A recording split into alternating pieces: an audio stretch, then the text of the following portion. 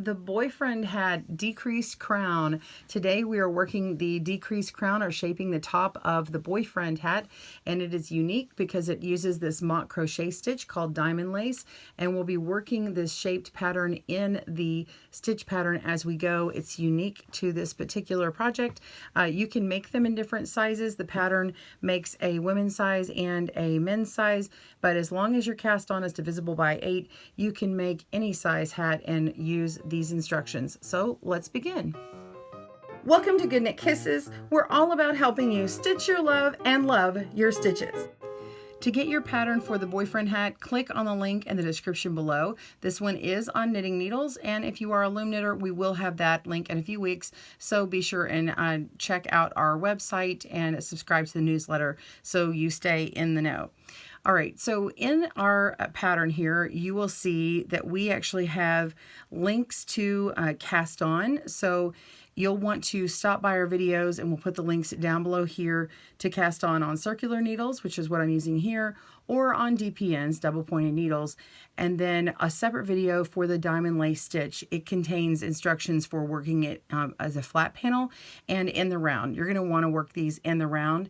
If you make your swatch in a flat panel, it's fine. Just know that you might be a little bit looser on the flat than you are on the in the round if you make your swatch in the round, but just go ahead and use the cast on stitches recommended. You definitely want to make sure that stitches you cast on are divisible by 8. And then this right here in the video says link coming soon, because that is this video here, and we are going to be shaping the top of the hat. So we're not going to cover anything beyond just the shaping of the hat. So let's just dive right into that. As a reminder, this is an intermediate level. It's not something that you're going to be working for the very first time. If you've ever shaped a hat before, it's not an easier pattern to learn. However, you can do it with these instructions here.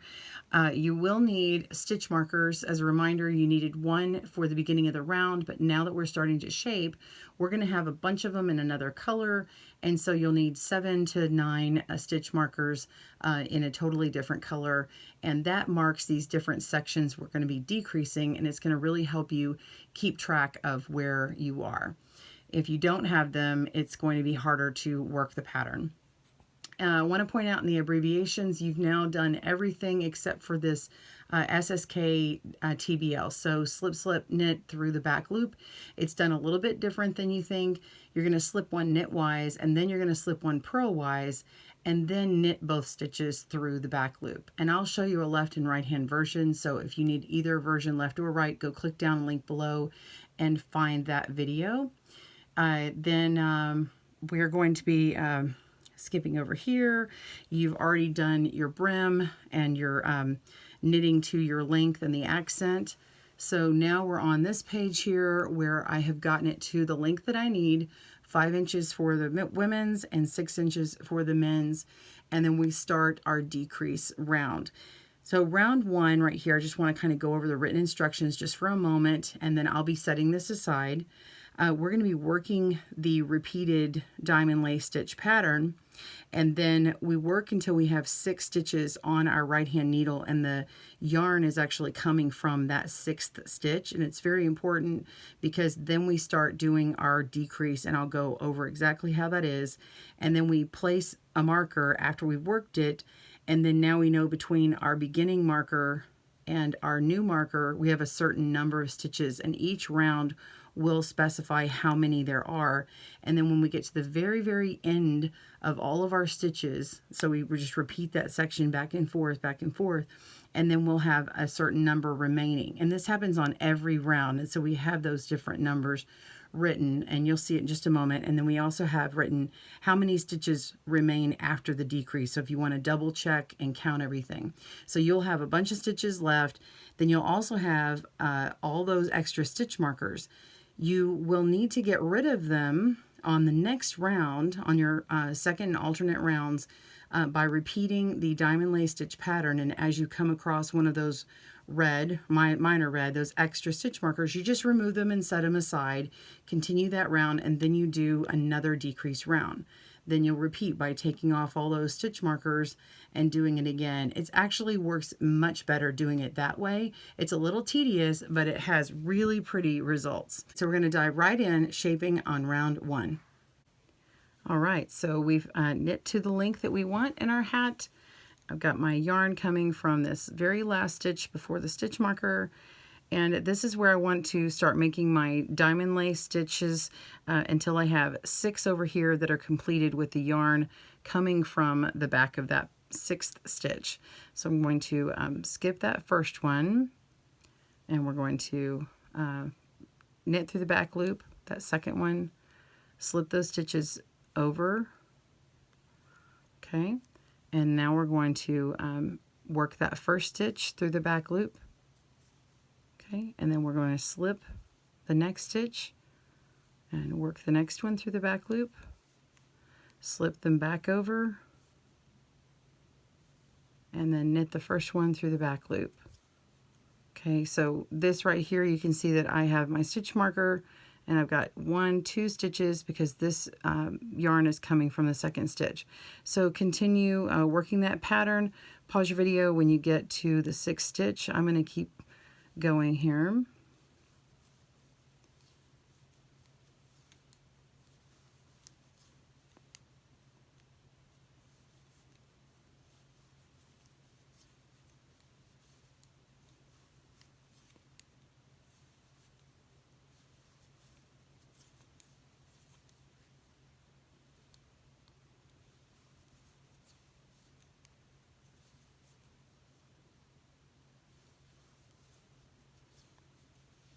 Okay, I've got 1, 2, 3, 4, 5, 6. Okay, and then this next stitch kind of tugs like it wants to be worked, and this is where we are ready to begin the rest of our instructions. So we work until 6 stitches are on the right needle, and the working yarn is coming from that 6th stitch. To do the decrease, we're going to slip 1 purlwise, just like we normally would do with that particular stitch. Then we're going to SSK through the back loop. So we're going to slip knitwise, and then we're going to slip purlwise, and then we're going to knit through the back loop. So we're just going to put this needle, the one we just used, in front, and then we're going to work through the back loop, both of them together. Okay, and now we need to slip these stitches back over. So slip these 2, come back over, and then we need to work this stitch because it was slipped, remember? And we need to work that in the back loop. And now, after we've done that, we're going to place a marker right here. Okay, so it's before you move this one that you're very tempted to do because it's kind of a tight spot there. Just grab a marker and place it. There we go. And now you should have 7 stitches here. 1, 2, 3, 4, 5, 6, 7. You're just going to continue working them that same way. We're going to slip 1, knit through the back loop, move them over, and knit through the back loop, slip it, work, knit through the back loop, slip the 2 back over, knit in the back loop, and continue on until you have 6 more just like you did, and keep placing your marker. Pause your video and I'll meet you back up when we are on the last section. See you in a minute. Okay, so I'm on the last section, and by the way, I did end up having an extra stitch marker, so for this size I actually only needed 8, but if you jump up to the next size, 80 or 96, you'll need an extra stitch marker or 2. If you happen to get 4 stitches per inch, that's what I got on this one versus the 3 on the other one, then you'll need to cast on 72 stitches or 96 for the larger one. So just a little bit of pop quiz and some numbers if you need that. Okay, so this last section in round 1 should have 8 stitches left, which is this first one that we're going to be slipping. And then we've got 7 here, and I've got the right amount here, so let's just keep going. We're going to work basically 1 stitch than we did over here where we had done 6 and then kept going on a decrease. So we're actually going to be working 5 stitches done on this needle here. So go ahead and work the 5 and stop.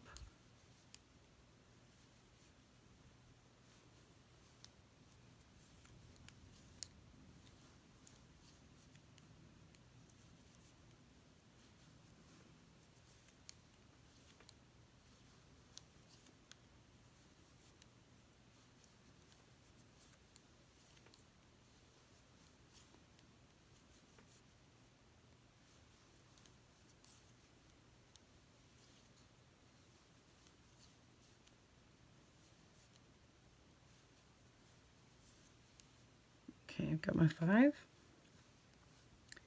And then we're going to slip 1 purlwise and do this slip to the back loop. So knitwise, slipping, purlwise, slipping, and work those 2 stitches together through the back loop, and then slip the 2 stitches back over, and then knit through the back loop. And then you're just going to continue on with it actually just has you knit through the back loop, and you have 1 more stitch here. So you're going to slip this last stitch and continue working your next round, which is those alternate rounds I talked about. You're just going to be working that diamond lace stitch all the way around and taking off all of your extra colored stitch markers. Leave the first stitch marker on there. So even though the stitch isn't getting worked now for a second, because I'm moving on to the next round, I'm still going to do the part where I slip the stitch marker, I knit the first stitch, okay, and then I pick both these stitches back up and the stitch marker, slip them over, and then I work that last stitch that had been slipped previous, okay, and then slip my stitch marker and continue moving along on round 2 and taking these stitch markers off as I go. So go ahead and work that, pause your video and meet me back up when you are ready for round 3 of the decrease. See you soon. All right, so we've worked our extra round, put our extra stitch markers here, and now we're ready for round 3, another decrease round.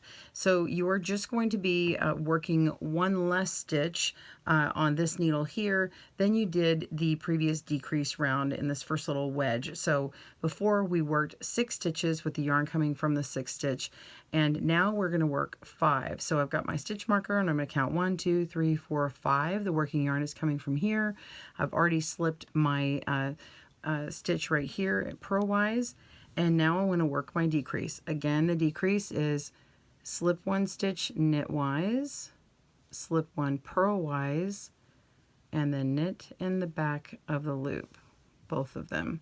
So working both through at the same time, and then we're going to slip those 2 stitches back over, and then we're going to work in the back loop of that first stitch. So knit through the back loop, and we've done our decrease, and then place your marker before you slip.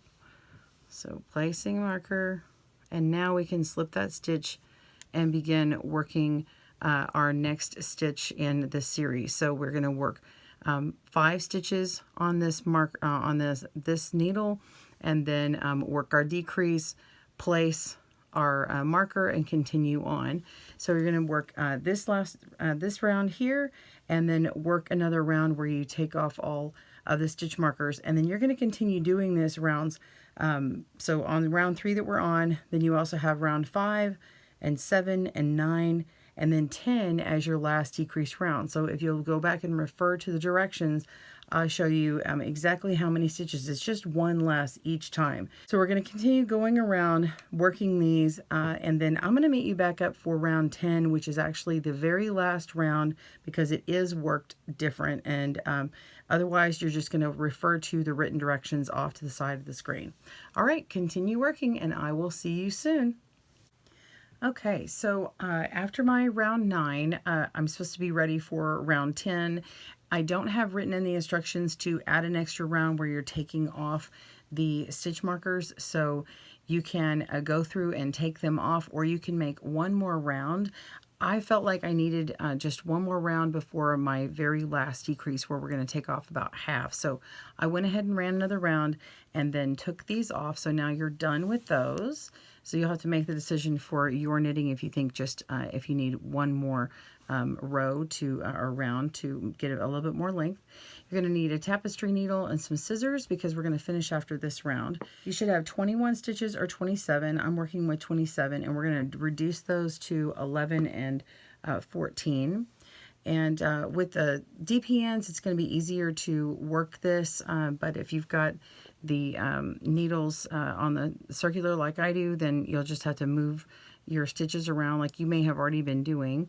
And we're going to do the decrease. You're going to go ahead and just slip purlwise this very first stitch. You may have already done that. That's what I have right now. So I've already slipped that stitch right after this stitch marker. And now I'm going to do that decrease that we did before, except we're just going to keep repeating that. So I'm going to be ready for this one, and no more diamond lace stitch. We're going to slip one knitwise, slip one purlwise, knit through the back loop, and then do that again. Slip one knitwise, slip one purlwise, knit through the back loop, and keep going. So you're just going to be reducing the remaining number of stitches by half. So once you've done that and go to the other side, we're going to finish this last bit up together. See you in a moment. Okay, on my last 2 stitches, and just do the same decrease as before. Okay, and so now we're going to cut a nice long tail, and we're going to pull that on through with our tapestry needle.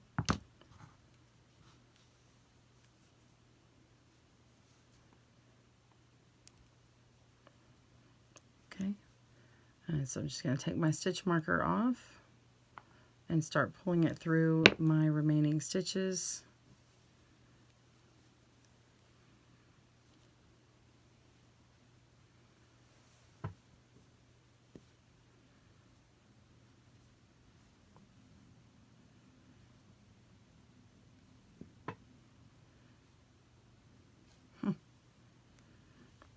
Got myself all tangled up here. All right, pull that on through. And we just take them completely off the needles. You can just slip them off like this as you come around, and then pull through several at a time, and just work your way all the way around.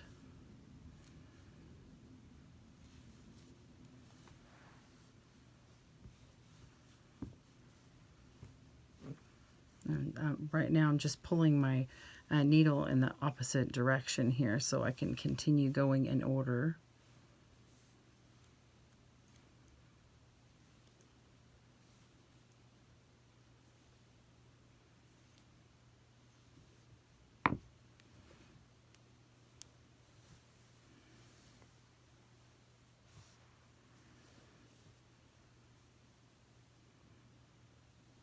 Okay, and then I found this very last one here that it began the whole thing. So just kind of keep my eye on it. I'm going to go through it one more time. And then you're just going to pull that through and go ahead and pull your tail through to the inside and weave it in. And then you've got your nice decreased crown. And it may puff up just a little bit right now, and then this may be a little inconsistent. Mine ends up working out really well once I block it. So I just wash and block it and put it on my little mannequin, and it turns out really pretty. This is one that I washed and blocked. And if you've never blocked a hat before, you want to make sure and use some clean water. You can use a detergent like soak, which is one that you don't have to rinse it out. So you let it soak in your basin and until little bubbles run out, and it's been in there like maybe 15-20 minutes, and take it out and let it wring out in a dry towel. I'll link below to how to wet block. And then for hats, I just come along every 30 minutes or so and put my hand in, and I kind of spin it around and then lay it down on a different side and just kind of give it a little bit of air and make sure it's nice and flat. Okay, and then just come every now and then and kind of run it around in my hand, just kind of stir in the pot and then flatten it down. You know, this is a little color jog that you'll have, but that's just at that back area. I hope that you enjoyed this tutorial. Be sure and click down below and give us your thoughts on that if you'd like to see more tutorials like this, and stay tuned for our next video here on GoodKnit Kisses. Thanks for joining us today, where we help you stitch your love and love your stitches. See you again soon.